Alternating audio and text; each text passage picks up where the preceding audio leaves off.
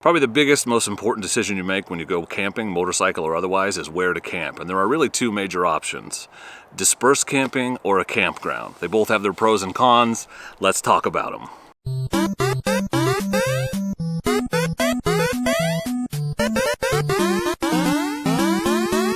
A lot of people start out in campgrounds because that's a place where you're supposed to go camping, and it's easy to find because you can just like Google it. It's not the only option. In many parts of the country, at least here in the USA, in Canada, on Crown land, and in other countries, we have public lands where you can just disperse camp or wild camp wherever you want. I am right now in a campground. I'm in a campground for a few reasons that I'm about to cover in the pros section. So here's what I like about campgrounds. Here's the advantage of campgrounds. Campgrounds are often close to town. The one I'm in right now is 7 miles from town, so it's really easy to run into town to get beer, firewood, although they sell it here, which is another pro of campgrounds, ice, food, anything I might have forgotten I could run into town. Another advantage of campgrounds is toilets.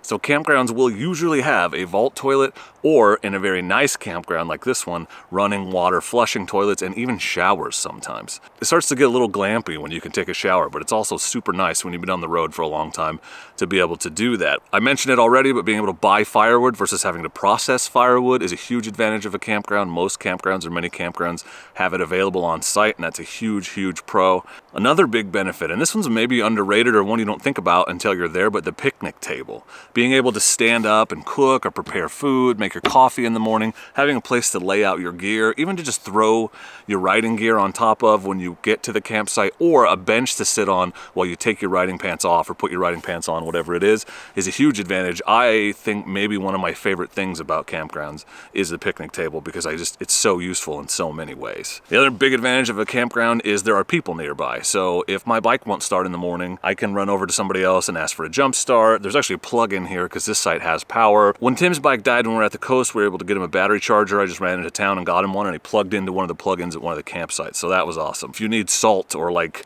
you forgot some essential component, or a lighter, I've had to do that before. I've had to ask neighbors for a lighter because I forgot mine.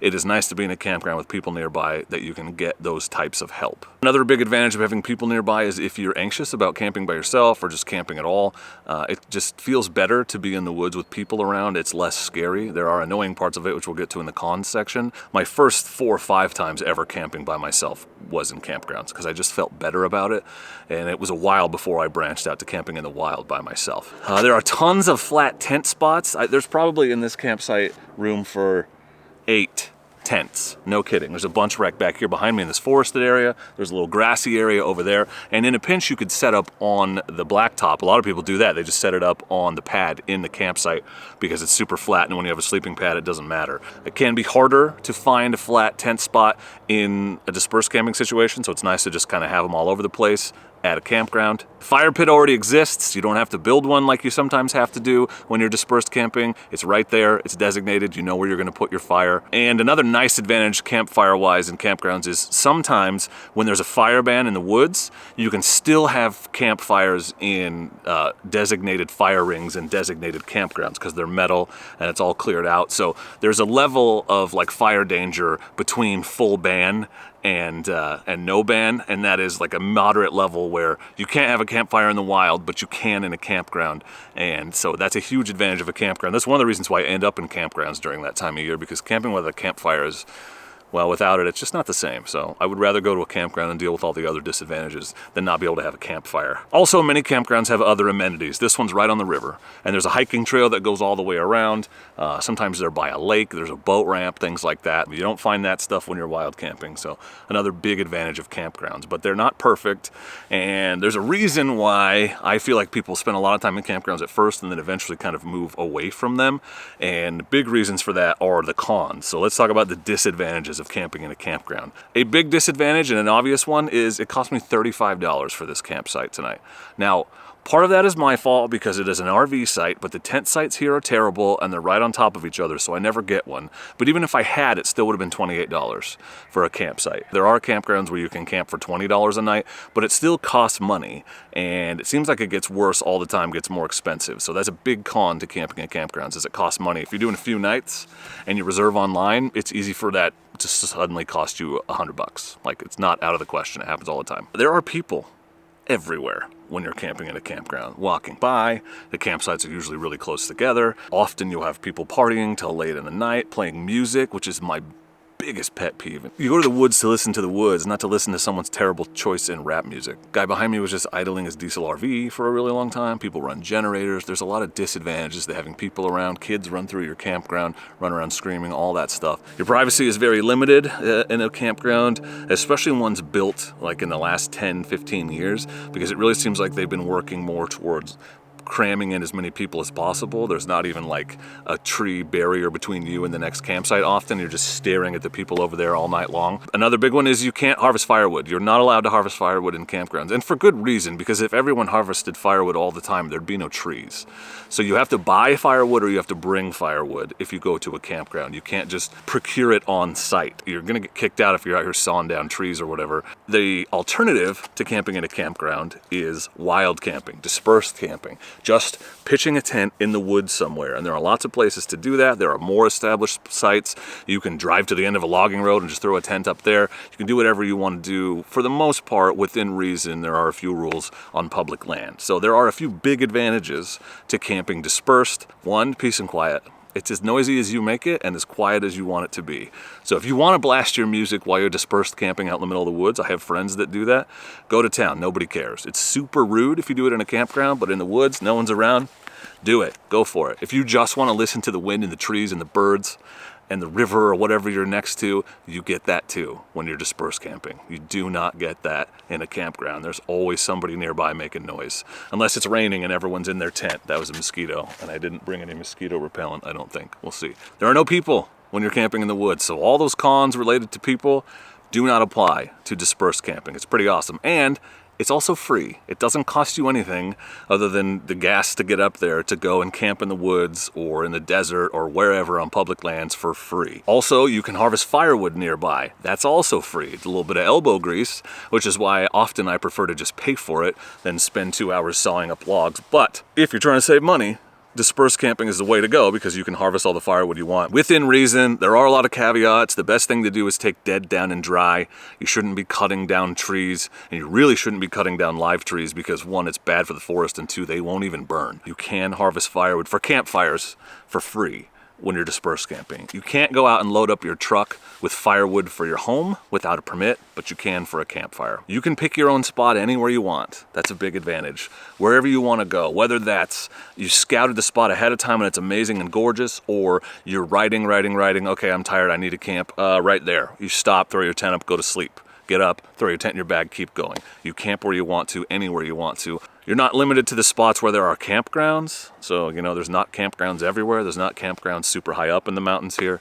Not campgrounds at the end of very difficult roads, which is another pro of dispersed campgrounds. They're hard to get to, and so a lot of people don't show up. You won't get the RVers up there. It's just going to be people that are as hardcore as you are or more hardcore than you are. There are amazing spots out there that are not in a campground. The perfect example, the best example, is that Bethel Ridge campsite we found on the Washington BDR, where Tim and I sat there and clinked our beers together and stared out over Rimrock Lake, and there were planes flying below us. We were so high up, watched the sunset. It was the most amazing moto camping spot I've ever seen, and there are no spots like that in campgrounds. There just aren't. So lots of advantages there to dispersed camping, but there are also a lot of disadvantages. One, finding a spot. If you don't already know of one, it's hard to find these spots. I've spent a lot of time scouting, riding to the end of logging roads, looking for campsites, and I still don't know a ton of really good dispersed spots. I know a few, which is why you see me going back to the same ones over and over, because I know where they are, but it's like unless someone tells you or you stumble across it,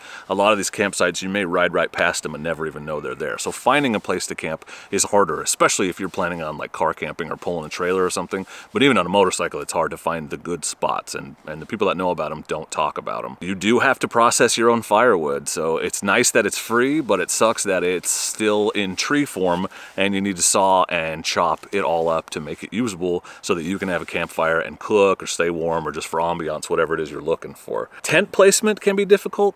I gotta get some mosquito repellent on. Tent placement can be difficult when you're dispersed camping.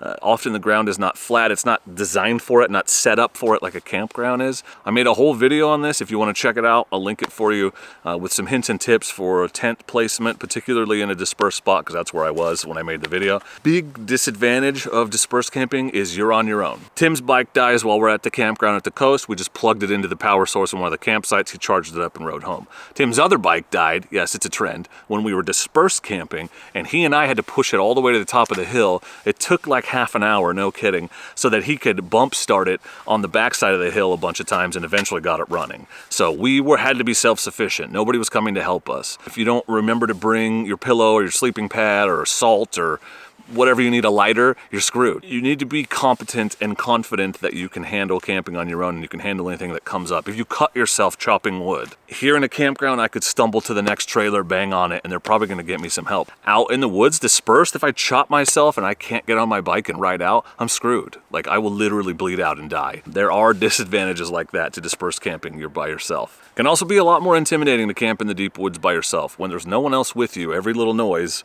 is really loud and they all sound like bears. In a campground, it's like, oh, somebody's dog's running around, whatever. So it's a different kind of intimidating to camp by yourself in the woods, dispersed camping. It's harder to get to, so you need to be able to be a little bit more competent at driving or riding, which is also a pro because, like I said, it keeps the riffraff out, as I like to say. There's often trash in the dispersed sites because people suck. They'll go up, they're like, I'm in the woods, and they just throw their beer bottles off into the woods. There was a literally half-burned couch last time I was dispersed camping. So people don't take care of those areas, unfortunately. So when you're dispersed camping, it's also good to maybe plan on carrying out some garbage that you find.